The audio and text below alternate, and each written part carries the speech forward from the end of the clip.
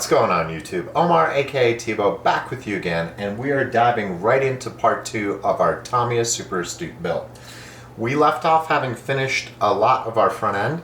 Just an addendum I want to make quickly. I put this in the notes of the video 1, but in my haste to build this, I completely forgot this one brace right up here to have it installed. As you can see, I already have it applied on there, but when I got done with the video, I was looking at the chassis and I was wondering why these screws were just sticking up with nothing hanging out in there. And then I realized I'd cut and trimmed the part and I'd actually placed it on my table just off to the side and completely forgot about it during the build. So don't forget that front brace piece. It's pretty important in terms of the front end. Alright, that little bit of housekeeping taken care of, we are jumping into our front steering. So we are going to be attaching all of our steering assembly to the front of our car. This is one instance where I will not be using the metal bushings provided in the kit. I like having a good, free, smooth steering setup. So I do have 4 of the 850 ball bearings to go in place of the metal bushings that they give you.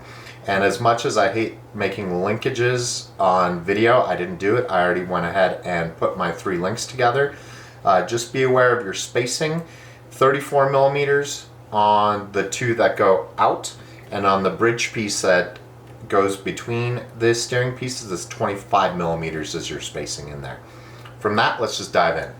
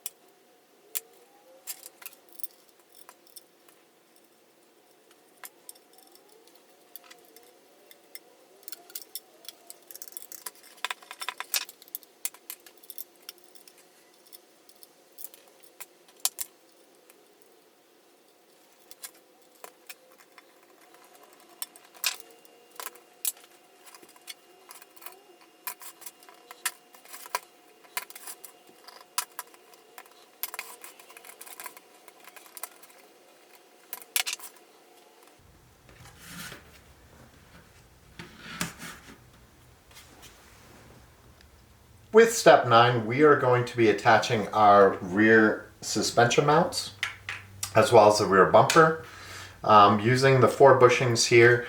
Somebody did ask me why I didn't get bearings for these. These areas where it is a pin, hinge pin running through that metal, there's really no need for bearings there because your movement with that metal on the metal bearing is going to be very, very smooth. It's not going to gum up, and it's not something that a bearing would really help in that situation. So no point in trying to go out of your way and spending money, because bearings this size are somewhat expensive because it's just not necessary. Steering, transmission, wheels, yes, bearings. Places where you have a hinge pin going through metal bushings, no need for it. You're going to get the same amount of movement regardless. What is important on this step is the 4 pieces. Again, we're using press nuts. The 4 press nuts that go to the suspension mounts, you absolutely need to make sure that you thread lock those 4. This is one of those common things back in the day. Rear ends would fall out on people during a track day. I've seen it happen before. Again, I never owned one, but it was always funny to see somebody's, an arm fall off just because they didn't use thread lock on there.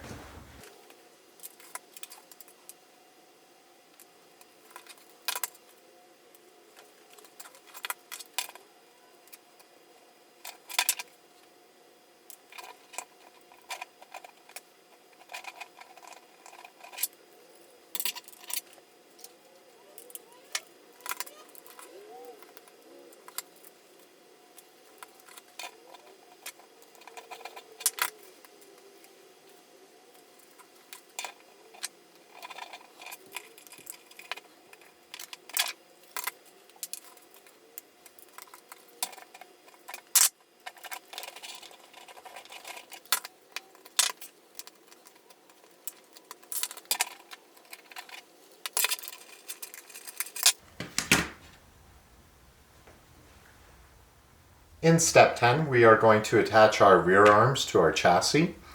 The one item on here that I would just pay a little attention to is we have these grub screws that are going to go in for our lower suspension mounts, and they don't tell you in the instructions to use thread lock, but you have a metal on metal connection. I would recommend using it. It's a lot easier than having your lower attachment come off at some point.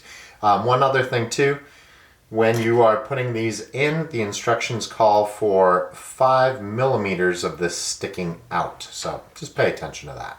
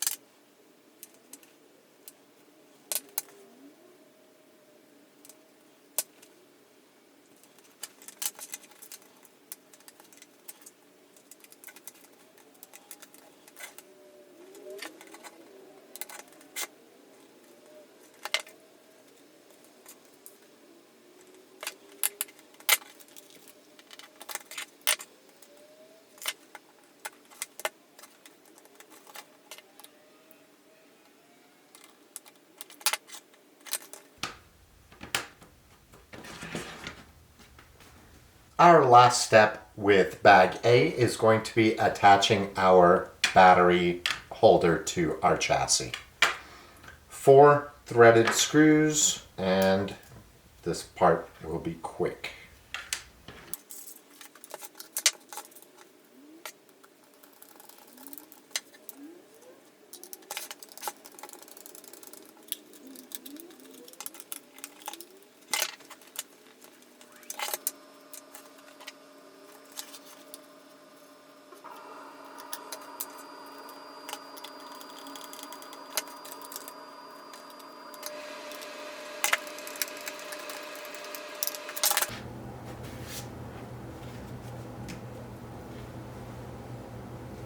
All right, we're on to step 12 and into bag B. This is going to be our final step for part 2 of the video, and it's just starting to get the gearbox assembled here. I am using an 850 bearing. Again, as I said earlier, transmission, wheels, that kind of stuff, always use bearings. Just makes everything run a little bit better for you.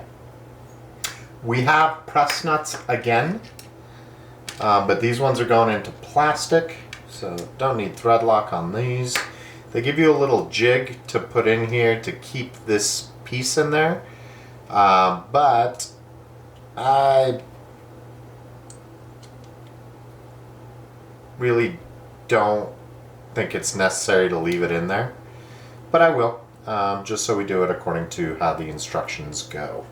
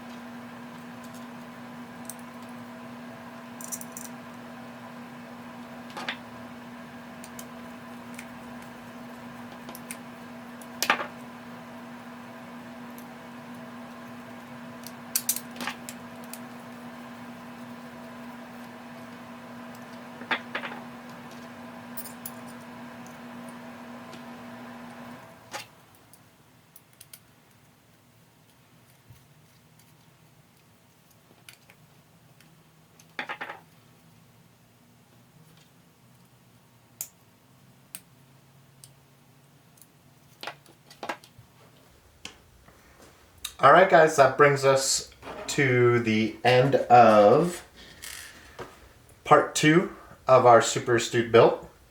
We have put our rear arms, rear bumper on, our battery tray, and we've gotten going on the gearbox.